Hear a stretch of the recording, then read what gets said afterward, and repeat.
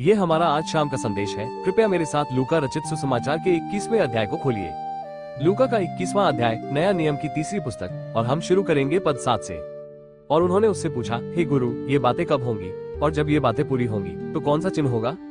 उसने कहा, सावधान रहो कि तुम धोखा न खाओ, क्योंकि बहुत से मेरे नाम पर आएंगे और कहेंगे कि मैं मसीह हूँ, और समय निकट है, उनके पीछे मत जाना। और जब तुम युद्धों और विद्रोहों की खबरें सुनो तो डरना मत, क्योंकि ये बातें पहले होनी ही है, परंतु अंत तुरंत न होगा। फिर उसने उनसे कहा, जाति पर जाति चढ़ाई करेगी और राज्य पर राज्य। बड़े बड़े भूकंप होंगे और जगह जगह अकाल और महामारियां होंगी, और डरावने दृश्य और आकाश से बड़े चिन्ह प्रकट होंगे। परंतु इन सब बातों से पहले वे तुम्हें पकड़वाएंगे, सताएंगे, सभाओं में ले जाएंगे, और राजाओं और हाकिमों के सामने मेरे नाम के कारण लाएंगे। शिष्य पूछ रहे थे, प्रभु, ये युग कब समाप्त होगा? तेरे पुनः आगमन का क्या चिन्ह होगा? वे मानते थे कि यीशु मसीह फिर आएंगे और यह युग समाप्त होगा। ये पृथ्वी का अंत नहीं, बल्कि उस बुराई से भरे संसारिक तंत्र का अंत होगा जो शैतान द्वारा शासित है। फिर लूका चैप्टर 5 वर्स 32 में एक छोटा और रहस्यमय वचन है, लूत की पत्नी को स्मरण करो। यीशु ने क्यों ऐसा कहा? एक अजीब सी बात, लूत की पत्नी को याद करो। लूत की पत्नी पीछे मुड़ी और वो नमक का खंभा बन गई। उसका मन अब भी सदोम में था, वो छोड़ नहीं सकी। 2 पतरस चैप्टर 3 वर्स 10। प्रभु का दिन चोर के समान आएगा, जिसमें आकाश बड़े शब्द के साथ मिट जाएंगे और तत्व जलकर गल जाएंगे और पृथ्वी और उस पर की सब चीजें भस्म हो जाएंगी। क्या आप सोचते हैं कि ये सब बातें सचमुच घटेंगी? तो आइए देखें कि यीशु ने लूत की पत्नी को स्मरण करो क्यों कहा। सब कुछ अब्राहम से शुरू हुआ। वो परमेश्वर का बुलाया हुआ, परमेश्वर का मित्र और विश्वास का महान पुरुष था। जब परमेश्वर ने उससे कहा कि अपने इकलौते पुत्र इसहाक को बलिदान कर दे, तो वो तैयार हो गया। लेकिन जैसे ही वो छुरी चलाने वाला था, परमेश्वर ने उसे रोक दिया। यह एक परीक्षा थी। अब्राहम समस्त मध्य पूर्व में घूमता रहा, ऊर से लेकर हरान, कनान, मिस्र और फिर बेतल तक। वो बहुत धनी बन गया और उसके साथ उसका भतीजा लूत भी था। धन और समृद्धि में खतरा छुपा होता है, वो आत्मिक दरिद्रता ला सकती है। सबोपदेशक 6 में लिखा है, जिस मनुष्य को परमेश्वर ने धन, वैभव और मान दिया है और उसकी आत्मा को कुछ भी आवश्यकता नहीं रही। यीशु ने कहा, ओट का सुई की नोक से निकल जाना एक धनवान के स्वर्ग में प्रवेश करने से सरल है। कौन है धनवान? यूरोप, अमेरिका, ब्रिटेन, आयरलैंड, ये सभी देश संसार के अन्य भागों की तुलना में समृद्ध माने जाते हैं। यदि आपके पास वस्त्र और जूते हैं तो आप धनवान हैं। लूत भी अब्राहम की तरह धनी बन गया। जब उनके सेवक आपस में झगड़ने लगे, तब उन्होंने अलग होने का निर्णय लिया। अब्राहम ने कहा, अगर तू दाईं ओर जाएगा, मैं बाईं ओर जाऊंगा, और यदि तू बाईं ओर जाएगा, तो मैं दाईं ओर जाऊंगा। लूत ने यर्दन घाटी की हरी भरी भूमि को देखा और फिर उसने सदोम को चुना, एक दुष्ट नगर। उसकी पत्नी और परिवार भी संभवतः उस निर्णय में शामिल थे। सदोम कैसा था? अगर आप wall street, Las Vegas, London का सोहो, हैम्बर्ग का रिपबान और एम्स्टर्डम का रेड लाइट एरिया, इन सबको एक साथ मिला ले, तो उस समय का सदोम वैसा ही था। यहेजकेल नबी ने सदोम के पाप के बारे में कहा, देखो, ये था सदोम का अधर्म, घमंड। सदोम बहुत घमंडी था। उन्होंने परमेश्वर को बाहर कर दिया था। वे अपने कार्यों और उपलब्धियों पर गर्व करते थे। शास्त्र कहता है कि वे रोटी से तृप्त थे और उनमें आलस्य की बहुतायत थी, अर्थात उनके पास जीवन में आराम के लिए सब कुछ था। उन्होंने गरीब और जरूरतमंद की सहायता नहीं की। उन्होंने संसार के दुखी, पीड़ित और दलित लोगों की उपेक्षा की। अक्सर हम भी अन्य जातियों, अफ्रीका के भूख से पीड़ित लोगों या अन्य पीड़ितों की अनदेखी कर देते हैं। शायद हम उनकी पूरी तरह उपेक्षा न करते हो, लेकिन हम उतना नहीं करते जितना कर सकते हैं। परमेश्वर हमें उसके लिए जिम्मेदार ठहराएगा। वे अहंकारी थे और मेरे सामने घिनौने काम करते थे। वे समृद्ध थे, शक्तिशाली थे और उन्होंने पीड़ितों को त्याग दिया। और परमेश्वर ने कहा, न्याय अवश्य आएगा। लूका 17वें अध्याय में हम पढ़ते हैं, जैसा लूत के समय में हुआ, लोग खाते पीते, खरीदते बेचते, बोते और भवन बनाते थे। परंतु उसी दिन जब लूत सदोम से बाहर गया, तो आकाश से आग और गंधक की वर्षा हुई और सबको नाश कर दिया। ठीक वैसा ही होगा जब मनुष्य का पुत्र प्रकट होगा। जैसे नूह के समय में, जैसे सदोम के समय में, यीशु के पुनः आगमन से पहले भी वैसा ही होगा। मैं मानता हूँ कि बाइबल में 300 से अधिक बार लिखा है कि यीशु मसीह फिर आने वाले हैं। यही सच्चे विश्वासियों की आशा है। मसीह मृतकों में से जी उठे, वे जीवित हैं, वे पिता परमेश्वर की दाहिनी ओर विराजमान हैं और वे फिर आएंगे। अब आप मुझसे पूछें कब, तो मैं नहीं जानता। यीशु ने भी चेलों से कहा था, तारीख या समय का अंदाजा मत लगाओ। पर उन्होंने कुछ चिन्ह बताए थे और ऐसा लगता है कि आज वे सारे चिन्ह एक साथ प्रकट हो रहे हैं, शायद इतिहास में पहली बार। मध्य पूर्व की अशांति, महामारियां, विश्वव्यापी आतंकवाद, हथियारों की होड़, ये सभी संकेत हैं कि प्रभु का दिन निकट है। यदि परमेश्वर हस्तक्षेप न करे तो ये संसार स्वयं को नष्ट कर देगा। परंतु परमेश्वर की योजना कुछ और है। मसीह पुनः आने वाले हैं। परमेश्वर का राज्य विजयी होगा। जो मसीह को जानते हैं उनके साथ राज करेंगे। मैं उस दिन की बात जो रहा हूँ। यीशु ने कहा, 2 जन एक खाट पर होंगे, एक लिया जाएगा, दूसरा छोड़ दिया जाएगा। 2 आकाश में होंगे, एक लिया जाएगा, दूसरा छोड़ दिया जाएगा। हम भी आज उसी सदोम के विनाश वाले मार्ग पर चल रहे हैं। वे लोग झूठी सुरक्षा में जी रहे थे, हम भी हैं। हम अपनी अर्थव्यवस्था और सैन्य शक्ति पर भरोसा करते हैं, पर ये सब एक पल में मिट सकता है। यशायाह 31:1 कहता है, हाय उन पर जो सहायता के लिए मिस्र जाते हैं और घोड़ों पर भरोसा रखते हैं, परंतु यहोवा की ओर नहीं देखते। हम परमेश्वर की ओर नहीं देख रहे हैं। हम डॉलर, पाउंड और ताकत पर भरोसा करते हैं, लेकिन ये हमें नहीं बचा सकते।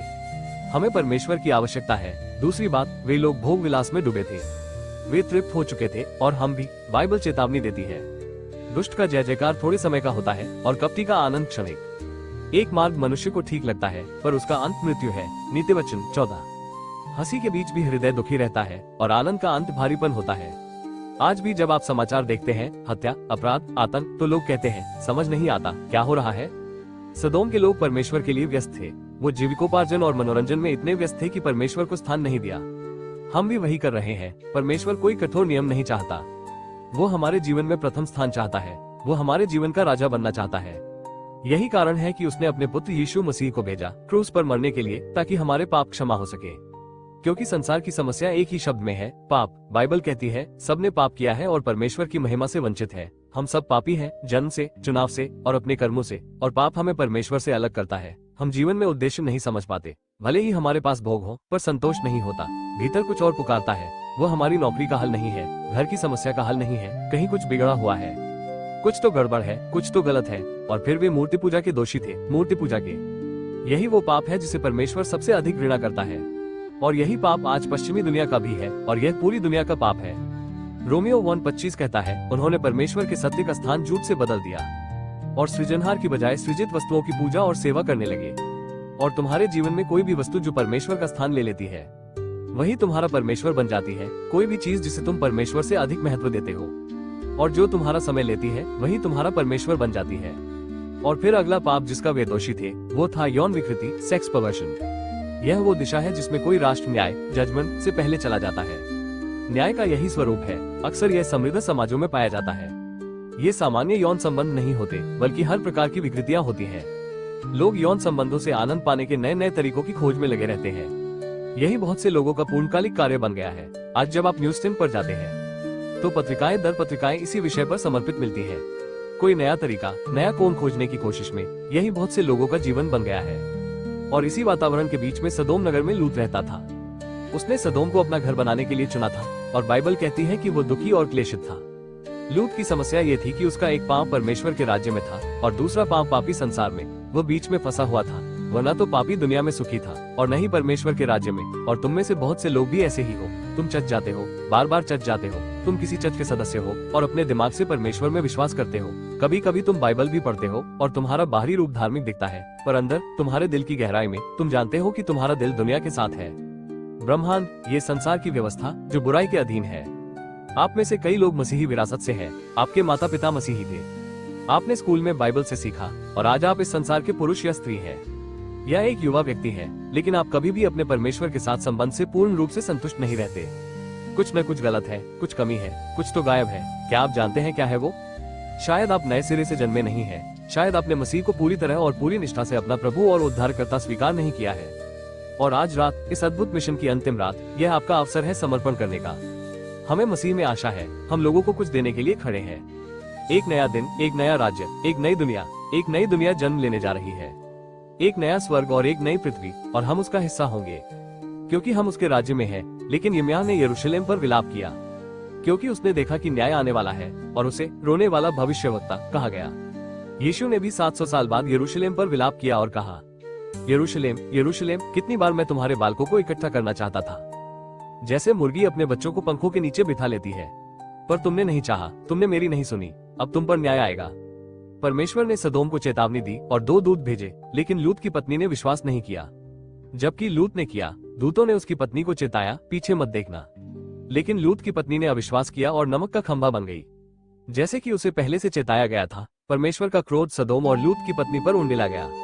और अब्राहम जानता था कि न्याय आ रहा है। उसने प्रार्थना की, हे प्रभु, यदि सदोम में 50 धर्मी मिले, क्या तू शहर को बचाएगा? परमेश्वर ने कहा, हाँ। 45, हाँ। 30, हाँ। 20, हाँ। 10, हाँ। लेकिन 10 भी पूरी तरह परमेश्वर के प्रति समर्पित लोग नहीं मिले, इसलिए न्याय आ गया। अब उस वाक्य से हमें क्या सीख मिलती है? लूत की पत्नी को स्मरण करो। यीशु ने ऐसा क्यों कहा? पहली बात, याद रखो कि वह अब्राहम के भतीजे की पत्नी थी और वह अब्राहम के तंबू में रही थी। कई बार उसने परमेश्वर की शक्ति को देखा था। जिसे बहुत दिया गया है उससे बहुत अपेक्षा की जाती है। दूसरी बात, याद रखो कि एक गलत विवाह क्या कर सकता है। वो कनानी थी और परमेश्वर ने अपने लोगों को उन मूर्ति पूजक जातियों से विवाह करने से मना किया था। कितने पुरुष और महिलाएं विवाह द्वारा नष्ट हो गए हैं। कितने लोग एक गलत व्यक्ति के कारण गलत दिशा में चले गए हैं। इसलिए आपको परमेश्वर की इच्छा से विवाह करना चाहिए। तीसरी बात, यीशु ने यह इसलिए कहा क्योंकि हमें उसके पाप को याद रखना चाहिए। वो पाप देखने में छोटा लगता है, सिर्फ पीछे मुड़कर देखा, लेकिन उसके भीतर कुछ और गहरा था जो उसे पीछे मुड़ने के लिए प्रेरित कर रहा था।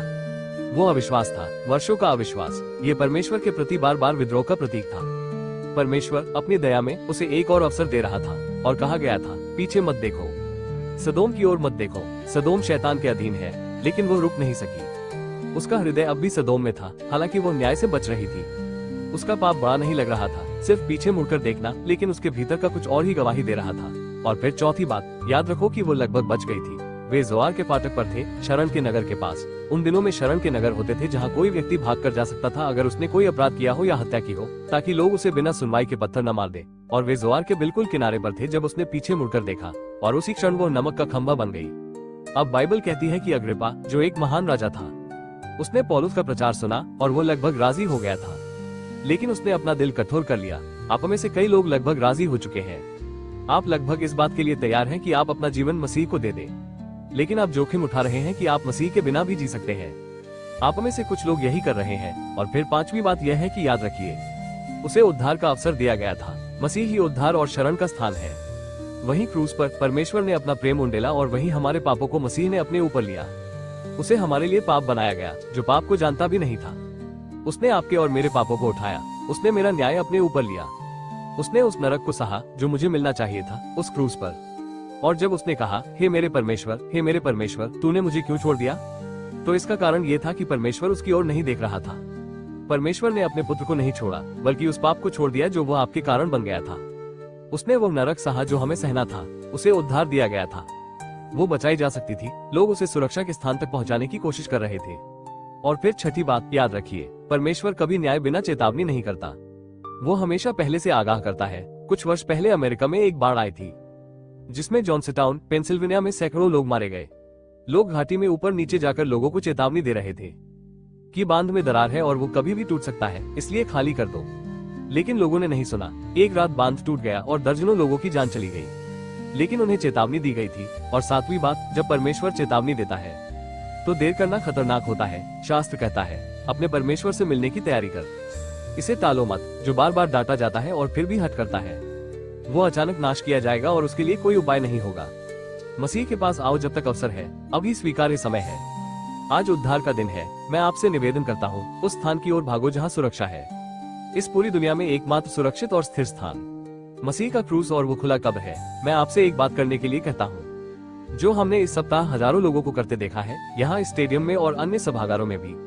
मैं आपसे कहता हूँ, अपनी सीट से उठिए। सैकड़ों की संख्या में अभी अपनी सीट से उठिए और इस मंच के सामने आकर खड़े हो जाइए और इस तरह कहिए, मैं ये सुनिश्चित करना चाहता हूँ कि मेरे पाप क्षमा हो गए हैं और मैं स्वर्ग जा रहा हूँ। मैं ये सुनिश्चित करना चाहता हूँ कि मैं परमेश्वर के राज्य में हूँ। उठिए और आइए, सैकड़ों की संख्या में। कोई भी इस पवित्र घड़ी में स्टेडियम न छोड़े, क्योंकि लोग पहले से ही यहाँ ब्रामोल लेन में आ रहे हैं।